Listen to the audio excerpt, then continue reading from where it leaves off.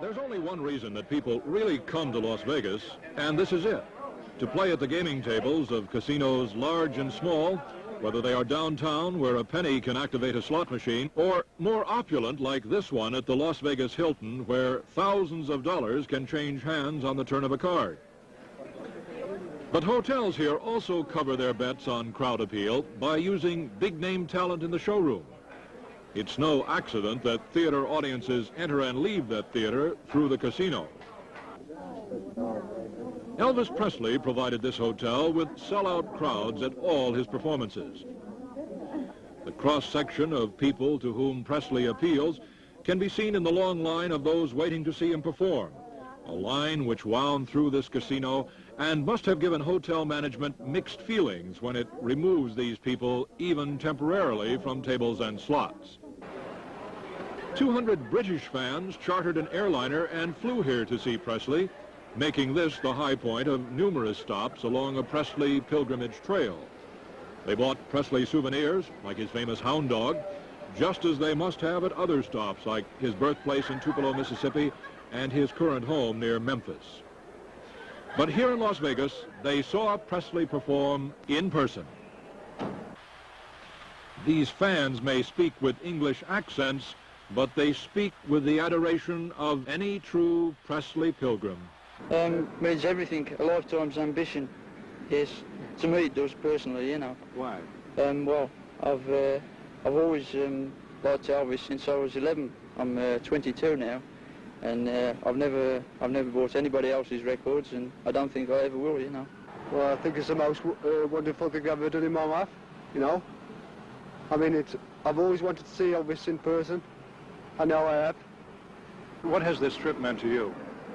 Chance to see America plus a chance to see Elvis. Which is more important? Elvis.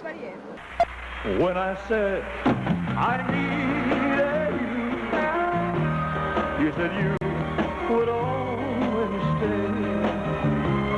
It wasn't me who changed with you, and now you've gone away. This is what they have come to see. And in a business where longevity is the exception rather than the rule, this is what they have been coming to see for over 15 years. In these bits from Presley's latest act, the body movements don't seem quite as suggestive as in 1956, when Ed Sullivan refused to telecast Presley below the waist. Or maybe it's just that these days, they don't seem quite as suggestive. Maybe it's that Presley is now 37 years old. The style is more sophisticated, just as the high pompadour and ducktail haircut have given way to the sophisticated shoulder-length styling of the 70s. Considered a superstar, Presley really doesn't need hard sell, but looking around this hotel, you'd never know it. And maybe that's one of the major reasons for the lasting success. Never stop selling. It's like a carnival here, and why not? That is the background of the man who created Presley, Colonel Tom Parker. Parker's philosophic presence is everywhere. No chance to sell Presley is overlooked. And if it's a captive audience lined up waiting to see a Presley performance, what's $1 to a true fan?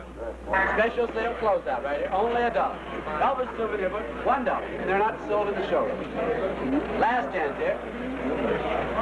Elvis souvenir book, $1 here.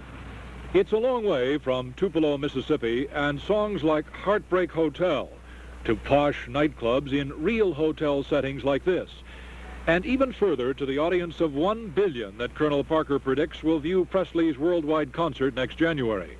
Sincere. Presley joined RCA Record president Rocco Laganestra to announce the concert, and nearby, as he always is, just out of camera range, Colonel Tom Parker, there, in the hat, real flesh and blood, just like the image he created, Elvis Presley, who talked about the evolution of that image. Well, now they shoot me all the way, see, so just the waist down.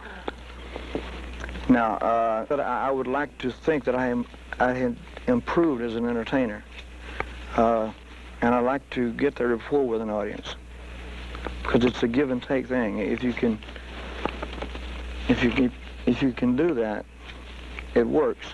You know, if the artist or whoever is performing can get that kind of rapport going with the audience, then it pays off. It's good, you know. But do you feel that you have more of that rapport now than you did 15 years ago?